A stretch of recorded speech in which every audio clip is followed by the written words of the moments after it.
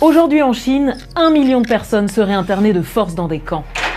Non pas parce qu'ils sont criminels, ni délinquants, juste parce qu'ils sont musulmans.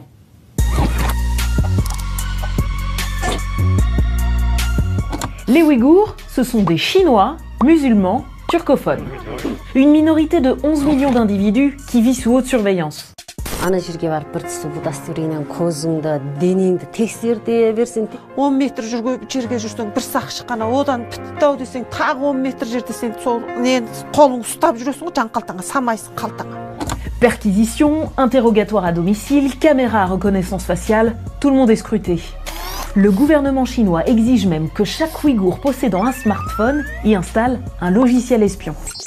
Objectif de Pékin, avoir le maximum de données sur leur vie privée. Là vous vous dites, mais pourquoi se donner autant de mal? Eh bien parce que les autorités chinoises veulent garder le contrôle de ce territoire.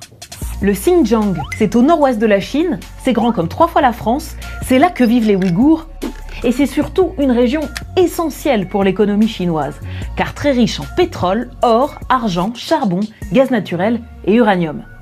Surtout que par le passé, les Chinois en ont perdu 2 fois le contrôle. Et ils n'ont pas l'intention de laisser les Ouïghours avoir leur indépendance.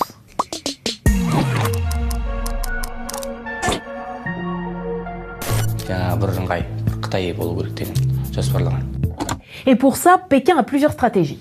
Numéro 1, occuper le territoire. Comment?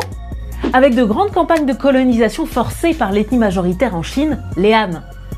Pour vous donner une idée, en 1949, les Han, c'était 6% de la population du Xinjiang. Aujourd'hui, c'est 50%. Numéro 2, détruire l'identité musulmane et la culture ouïghour. Parler ouïghour est interdit dans les écoles. Étudier le Coran, jeûner pendant le Ramadan, porter la barbe longue ou donner un prénom musulman à son enfant aussi. Sinon, c'est la prison, ou plutôt le camp d'internement.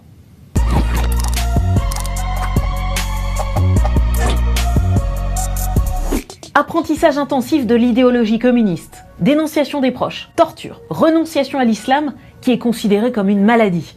En Chine, on appelle ça de la rééducation. Le tout sous couvert de lutte antiterroriste. Ces mesures de prévention et de lutte contre le terrorisme et l'extrémisme religieux ont pour but la stabilité sociale et le bien-être de toutes les ethnies du Xinjiang. Ah bah si c'est pour le bien-être.